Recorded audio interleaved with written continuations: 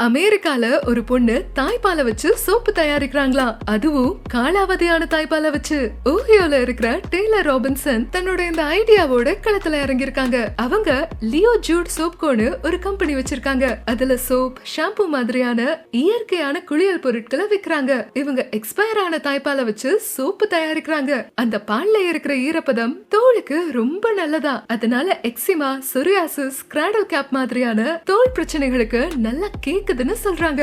சமீபத்துல இன்ஸ்டாகிராம்ல ஒரு வீடியோ சுத்திட்டு இருக்கு. அதுல இந்த டெய்லர் ராபின்சன் எப்படி எக்ஸ்பயர் ஆன தாய்ப்பாலை வச்சு சோப்பு தயாரிக்கிறாங்கன்னு விளக்கி சொல்றாங்க. எங்க கிட்ட நிறைய பேரு அவங்க தாய்ப்பாலை பார்சல் பண்ணி அனுப்புவாங்க. நாங்க அதை வேஸ்ட் பண்ணாம சோப்பா மாத்திருவோம்னு சொல்றாங்க. எப்படி சொல்றாங்கன்னா, சிம்பிள் தான். கெட்டு போன பாலை பாக்கெட்ல இருந்து வெட்டி எடுத்துட்டு அதுல லைன் ஒரு கெமிக்கலை கலப்பாங்களாம். அப்புறம் ஒரு மோல்டுல ஊத்தி சோப்பா மாத்திருவாங்களாம். இந்த விஷயத்த பத்தி அவங்க பேசும்போது நிறைய பேரு முதல்ல கொஞ்சம் அருவருப்பா பாக்குறாங்களாம். ஆனா அதுக்கப்புறம் இதுல இவ்ளோ நல்லது இருக்கான்னு தெரிஞ்சதும் ஆச்சரியப்படுறாங்களாம். நிறைய பேரு இந்த சோப்பை வாங்கி யூஸ் பண்ணிட்டு நல்லா இருக்குன்னு சொல்றாங்களாம்.